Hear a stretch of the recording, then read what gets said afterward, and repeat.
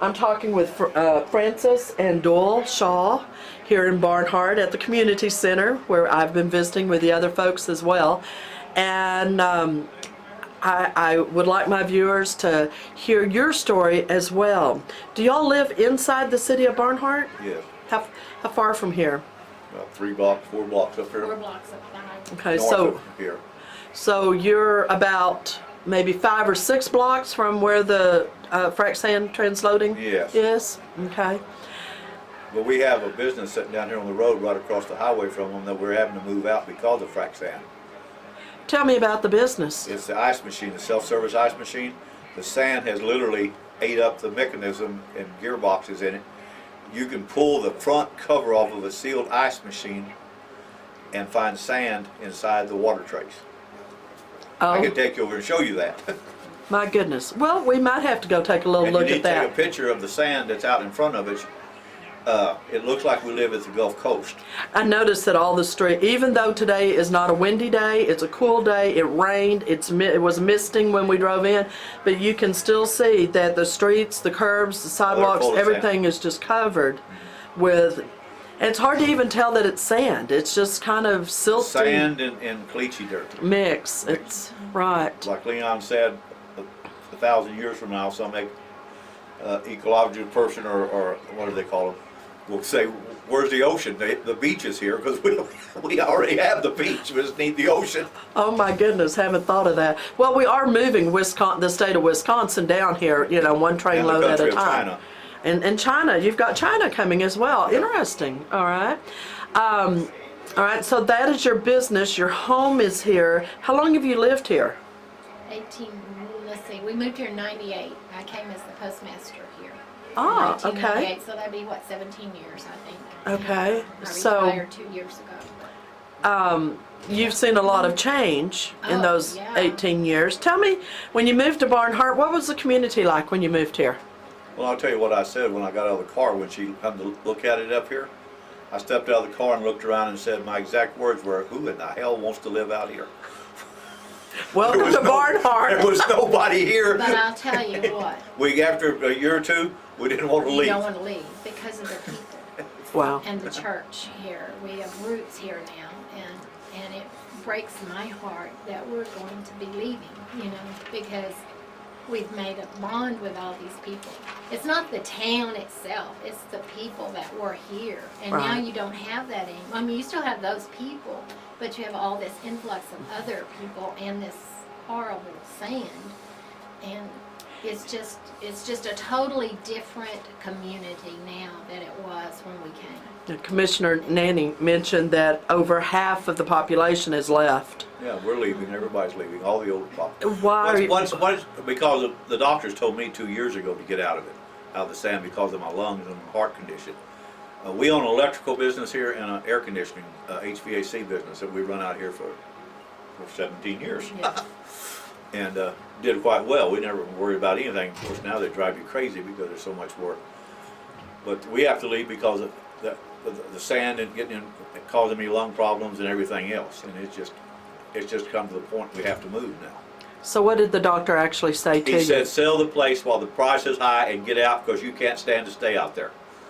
Well, you can't afford to stay out there. That's what he said. That's his exact words. He said, sell it while it's high. And your health Yeah. issues. And this particular doctor also works over in Brady. And he said since he's been going over there taking care of patients, he has seen a sharp increase in lung problems because of the sand over in Brady. Because, you know, that's where a lot of the sand comes from. But the poor people in San Angelo are fighting a losing battle. They're fighting, they've got too many big names and too much money behind it. And we've already found out with the fracking, with the disposal wells, we've been to Austin several times. Francis has been more than I. And we were pretty well told by the Railroad Commission up there, thank you for coming, but you're wasting your time. Because they're going to do what they want out here. If it's oil related, it's going to happen. So those poor people up there with Lee Pfluger pushing it, he's got too many contacts. I feel sorry for them because their houses are sitting right where they're going to get. Not only the sand, the truck traffic is going to get, come through this town anytime, 24/7. You trucks everywhere. How many trucks would you say go through here a day? Oh Lord, through that sand yard over there, I imagine there's probably 70, 80 trucks go across the scales every day. Because we do electrical work over there, and a lot of times we have to shut down because they can't shut down the scales because it's just one truck after another coming through there loaded with sand, hauling it out of here. The train, they put what, 6 or 8 more spurs in here Yeah, 6, I think, for for train. for the trains to unload, and now they're going in the Lord's that, I understand. When the train's coming in and they're unloading the cars, I'm assuming it's crossing this highway here, not the main one, but this, whatever, what is this highway number, 163? This is 163 here, and Okay. that's 67. Okay, so 163 would be blocked. How long is that blocked when they're blocked doing? a good while, you know, it depends on whether the trains. Well, I think they have a law, they can only keep it blocked so long, but then they move and then they come right back again, and you know, then they switch cars and they got trucks just lined up. You can get down here and set, well, I guess my hands aren't lying to me. They say, well, I'm caught in trtruck traffic, you know, and they'll be there 20, 30 minutes, and so. In a town with a population of about 50 to 60 of, Well, 75 to 100 is what we had Okay. eventually.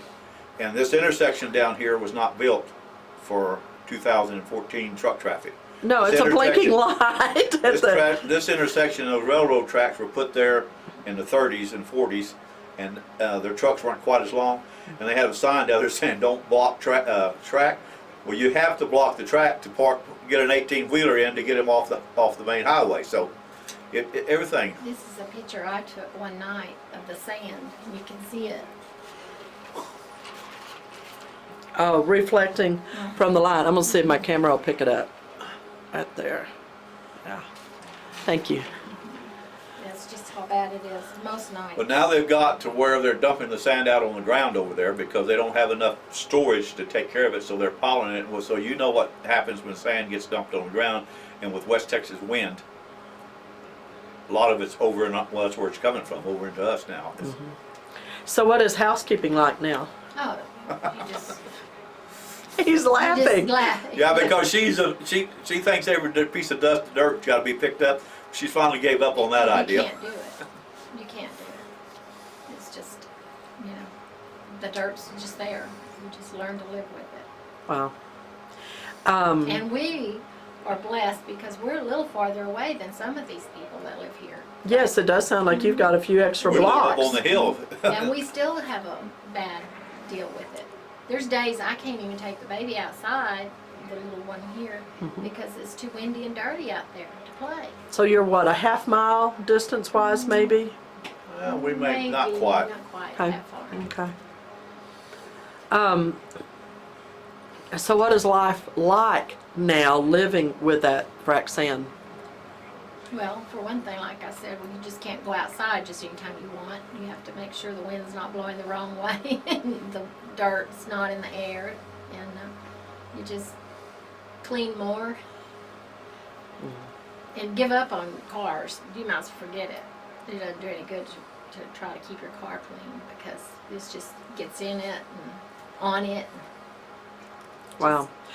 That's what I'm understanding is even with the better windows, a lady was sharing at lunch with me that she put all new windows in her home and it helped a little, but it's still an issue of almost virtually daily needing to dust because you can write your name on the furniture. Exactly. Well, if you can get sand in an ice machine that's sealed, with sealed doors on it, screwed down, it's going anywhere it wants. I don't know how it gets in there, but It's so fine. it's so fine, I guess. I don't know. So do you have COPD or what No, kind I of don't have that. I don't tell them what it is. They had to come up with a name for it because they had to have the insurance pay for it, and they didn't know what it was. So I'm trying to think what they call it. I have no clue. He had some form of pneumonitis of the lungs. Of the lungs. And it wasn't, they didn't directly say it was the sand caused it, but it sure irritated the situation. And then after he's clear of that, he's well of that. But with his combination lung problem and heart condition that he has, Dr. Neal is his cardiologist, and he suggested that he get out of this dirt and sand. So Could you physically feel a change in your body when all of this actually started rolling 2 or 3 years ago? Oh yeah. Harder to breathe because There wasn't a lot of air in the Oh, outside your nose. It was all dirt. And Wow. even those of us that are healthy or consider ourselves healthy, I have a lot of sinus issues, and it really irritates that. I mean, you can talk to anyone here, and you know, daily we're constantly having sinus problems around here, and I fully believe that it's that sand irritating it. San Angelo has to probably be your city that you Right. go to for your immediate needs, groceries, shopping, and so forth. So I know that you've got an interest in the community. What would you say to the citizens there that are trying to fight this particular location? Everyone is for the oil boom. Everyone is pro-business. Everyone is positive on all of that. It really, in talking with people, it's the location is really the issue. Being in the heart of our community, right along the beautiful river, we've spent millions and millions to upgrade and change and everything. What would you say? I'd say good luck, but you're not going to stop them. You've got too much money. Whoever, the city council should never ever even think about zoning that for sand there, because that is a residential area. There's too many homes, too many old homes in there, and they're not going to be able to keep the sand out. People can't afford to move because most of them have lived there the majority of their life. Everything they own is in that house. So, and Lee Pfluger and his group should be ashamed of themselves, and I'll tell him that face to face, because to go in and put an operation like that in the middle of a residential where people are trying to live. There's plenty of places around San Angelo that they could put it. I mean, that railroad track's on the other side of San Angelo, north and east of, so I mean, whatever it is out toward. We do have one out there now, Pinnacle Sand. Put it out there Hughes. again. We get out there and put another one out there. I mean, this is ridiculous to put it in a downtown area. Not only the sand, but the truck traffic. We have it here in our little section, and there's going to be, I mean, it's going to be terrible off that Bryant Freeway and off through that residential. Those trucks will be driving up and down residential streets. They can sit there all day long in city council and say, oh, we're not going to let them drive. They're not going to put a patrolman on every corner and stop them. So that's a lie. It's all over the dollar bill. That's it.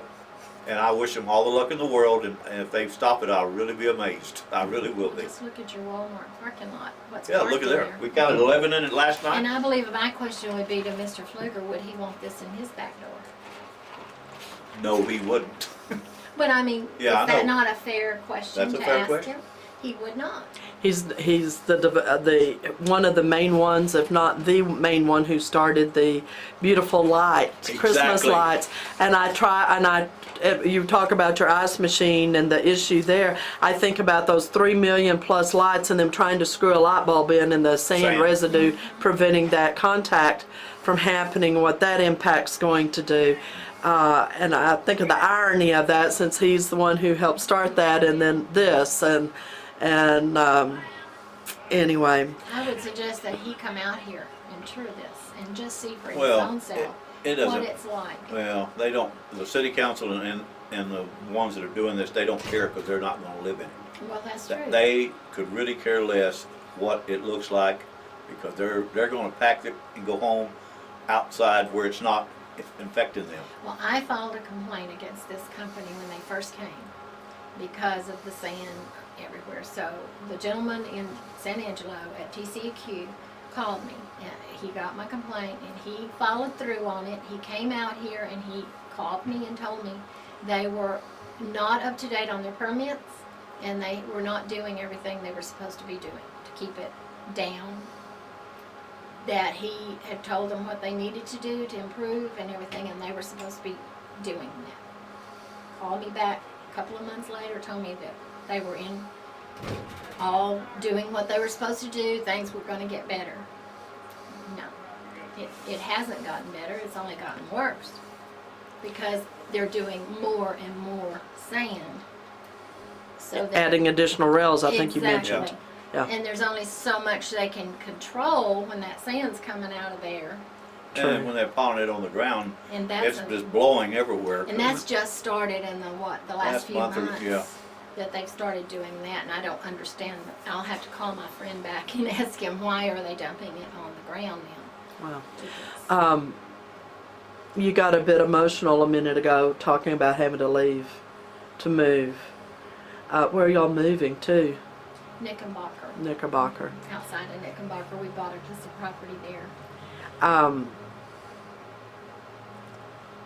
You'll be leaving your friends and your church and a lot of people that are important to you behind, but you're having to make that move because of his health.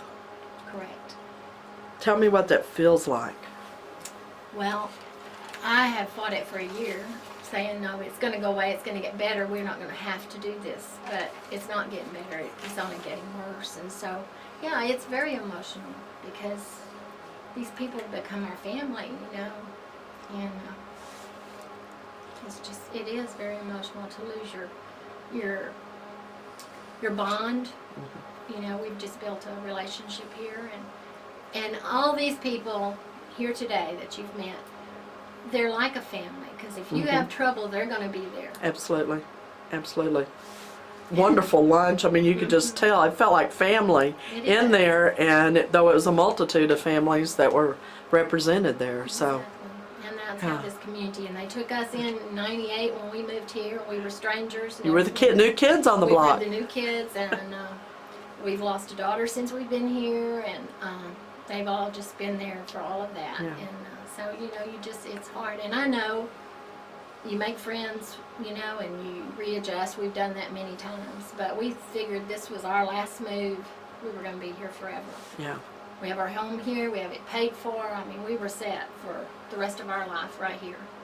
Well, I was particularly interested in what you were sharing there, because I think of those families such as Jesse Martinez, who originally brought it to City Council, and those that literally live across the street from where this will be happening, and the impact, because I think he said that his family had lived on that street for 60-something years. He and his wife, I think, 40, and just the impact that's going to be there. I think it was really seen in your heart and your eyes. And I know what they'll be going through. Yeah. Exactly. Yeah. And they may or may not have the opportunity to move away, you know. Yeah. That's, Is there any last thing that you'd want to share? I think we've covered it pretty much. All right. Frances and Doyle, thank you very much for your time and sharing your personal story of how this has impacted your lives. Thank you very much. Thank you.